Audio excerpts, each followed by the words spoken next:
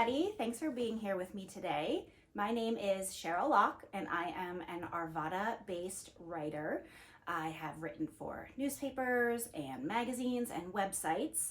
I'm here today with the Boulder Bookstore doing a Q&A about my new and first kids book, Grace Retraces Her Day. Can you give us a brief synopsis of your book?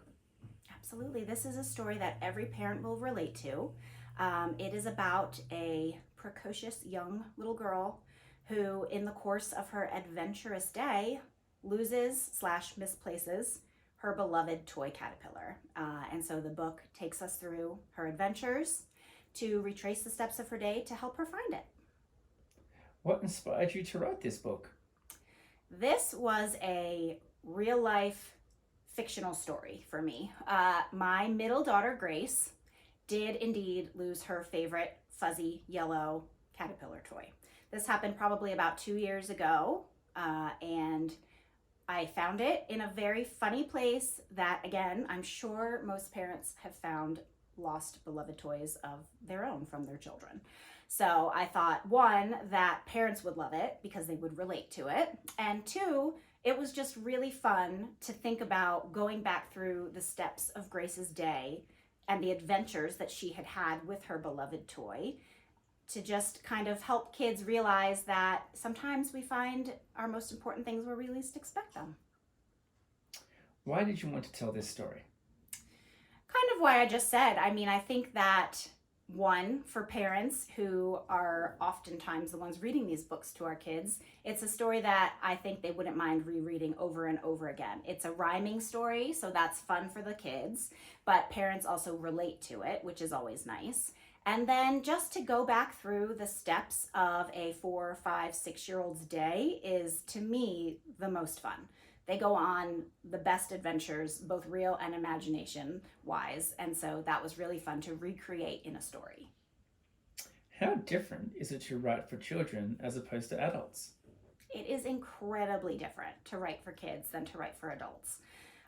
First, I would say, for me at least, most of my previous work is based in facts. So I did a lot of personal finance writing for newspapers and websites, magazines, and when I do factual stories, I get to interview experts and I look up studies and I do a ton of research, which is great and a lot of fun, but it doesn't really allow me to flex my creativity. And so thinking about writing my first kids book was a whole different side of my brain, which was great. It also just was really fun because the adventures that Grace goes on in her everyday are fun to retrace. So I'm also very cognizant of the fact that children are still learning and they're still creating their own opinions. So to imagine a young child reading words that I wrote, I take that really seriously and make sure that everything, really has a lot of meaning behind it and is fun for them and also teaches something. Do you plan to write stories about your other children? They would absolutely love that. I did write my first New York Times story about my oldest daughter, so she has one story that has been written about her. I do have high hopes for the Grace book and to make it into a series. Her sisters will play parts in those additional stories as well. And my younger daughter, Amelia, I'm sure in the very near future will do something that will inspire a book of her own. I'm also working on a novel that, although my older daughter it's not factually about her, I do use her name in it. So she's got a little bit of that fame. Is there anything else you want us to know about your book? One thing that was super fun about this book is that I got to work closely with the illustrator so that the photos that are in the book are really true to our real life. So that really does look like Grace. There's a scene that I'll read later where Lottie, Grace, and Amelia are in the kitchen with their dad. That looks like our kitchen. Their dad has that apron. Grace has those pajamas. The fuzzy caterpillar that she loses is actually the caterpillar that she did lose. It looks like our backyard. So all of that is really fun and has a lot of meaning for my family. What are a couple of books you read recently that you really loved? I love this question because again, children's books are amazing, and there's so many amazing ones. For my 4-year-old, I'd say some classics that are on heavy rotation are the Little Blue Truck series by Alice Schertle. Obviously, anything Mo Willems does is amazing. So we have the entire series of Piggy and Gerald.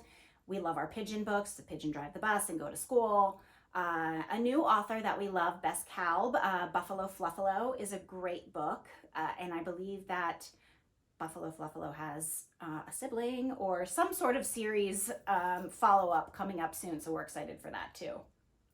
Can you read us a short passage from your book? I would be honored. This is Grace Retraces Her Day with actual looking Grace on the cover. Grace retraces her day. When Grace misplaces her toy caterpillar, retracing her steps helps her discover that sometimes you find the most important things where you least expect them. Grace has misplaced her fuzzy yellow caterpillar toy. One minute they were happily playing. The next she was nowhere to be found. Retrace your steps, said Mom. So Grace is making the rounds. The morning began in space. In a blue rocket ship, she and Caterpillar floated among the stars. Weightless and curious they counted. Suns, 1, and planets, 8. Sorry, Pluto. But look, there's Mars. Grace and her caterpillar. Then it was time for breakfast. Grace wanted chocolate. Dad said pancakes. Grace sat with Caterpillar and her 2 sisters, and they compromised on what to make. I don't know if you can tell from the video, but a compromise between chocolate and pancakes might be chocolate chip pancakes. After breakfast, the weather was warm, the perfect day for a swim. On went the swimsuit, the sunscreen, the hat. They filled the pool water right up to the brim. Next up was the backyard play area, climbing wall, swings, and sand. Together, Grace and Caterpillar played, adventuring hand in hand. By noon, Mom called Grace to change. Her wet bathing suit was getting itchy, and her blue polka-dotted swim shoes, those were all soggy and squishy. Inside, Grace and Caterpillar had come to the laundry room with its big laundry basket. Grace peeled off her wet, sandy items and placed them in the washing machine like Mom asked her. That's where I'll leave you for now, because this is where the adventure really takes off, when Grace truly discovers that her caterpillar is missing and has to learn, the intricacies of retracing the steps of her day. I hope that you guys are able to pick up a copy of Grace Retraces Her Day at the Boulder Bookstore. And I hope you enjoyed this Q&A. I loved it. It was great. And hopefully I'll meet you in person at a next event. Thanks.